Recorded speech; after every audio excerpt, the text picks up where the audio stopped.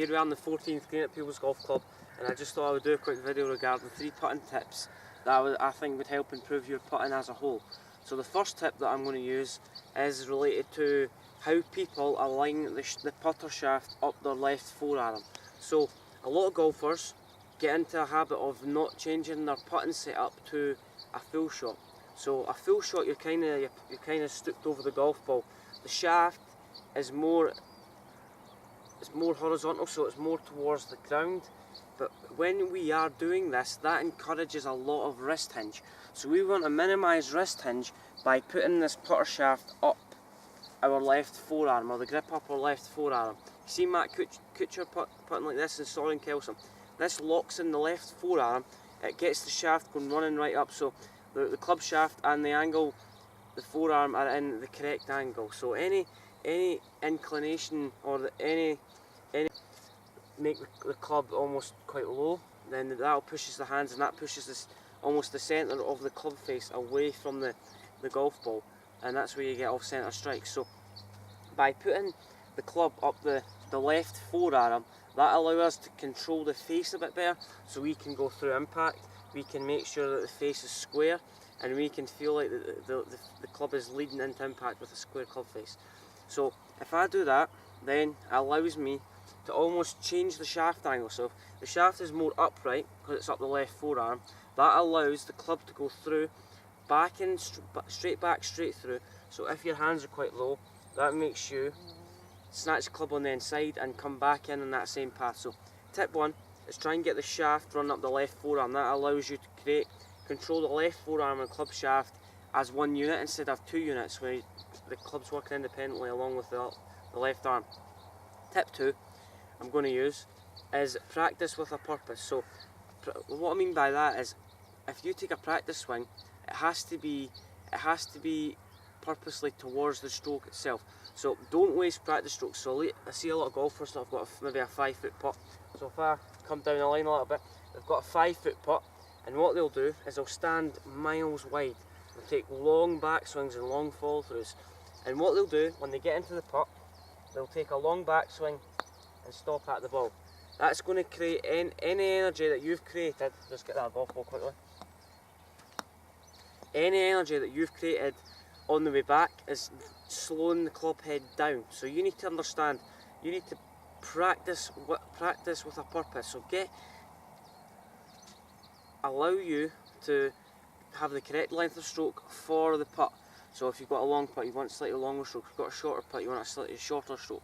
That allows you to almost be more task-based instead of technical-based.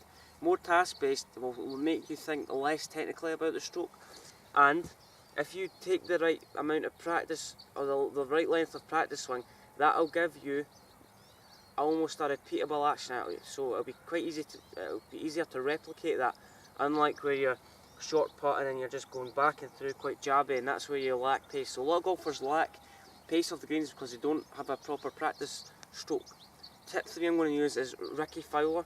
So if you see Ricky Fowler, well, if you analyse Ricky Fowler's putting stroke, what he does, he's done this for the last few months or the last few years, I'm not entirely sure when he started it, but if you look down to Ricky Fowler's club head, he gradually lifts the club head off the ground about a millimetre. What that does is it gets the hands moving slightly. So the more you lift the club up, the lighter the grip pressure you have to apply to the golf club to hit the ball correctly. So if I was to put the club head almost into the ground or try and dig it, I grip it quite tightly because I'm not sure how to take the club back. So if I lift the putter head off the ground, Ricky Fowler style, and I don't really know what other players do it, a lot of players do it with driver. So that makes the club head feel a little bit heavier. So the head, lighter grip pressure, heavier the head. That allows you to understand pace a bit better, and it instinctively makes you think more about more about feel. So the lighter the grip pressure, the more feel you'll have in your stroke. So I see a lot of golfers, they'll get over the ball and they'll just rest their hands on the putter, and from here all their weight that they've got behind the ball is pushed against the putter shaft, and from here that's just a handsy approach, because the hands are almost the driving factor or the driving force of the stroke. So by lifting the putter off the ground, that gets our weight going back the way. The only pressure we're applying to the club is by our grip pressure instead of us leaning on the grip. So if you've ever got a bent putter or anything like that, the chances are that you're leaning on your putter, or you're just bad tempered. So just try and hover the putter, allow the grip to feel a little bit lighter, but make the club head feel heavy. And from here, we don't want to snatch the putter back. So a lot of golfers who put the club down behind the ball, they'll snatch the club back, and that's where they create a lot of inconsistent. So what we need to do is get the shaft more running up the left forearm. Practice with a purpose. So make the practice swing important. Have a goal at the end of the practice swing. Your main objective is to try and vary the length of the stroke for the putt and understand why you do a practice putt. If it doesn't work for you, don't take a practice stroke. Just wing it, as I would say. Just go straight into the main shot. So in the third one, hover the club off the ground like Ricky Fowler. That'll allow you to create consistent grip pressure and allow you to feel the weight of the putter. So if you've got any tips on that, and you find my tips helpful, subscribe to my channel at Allan Golf. It's free subscription, and there's many tips coming your way throughout the coming season. And let me know your thoughts on that. Thank you.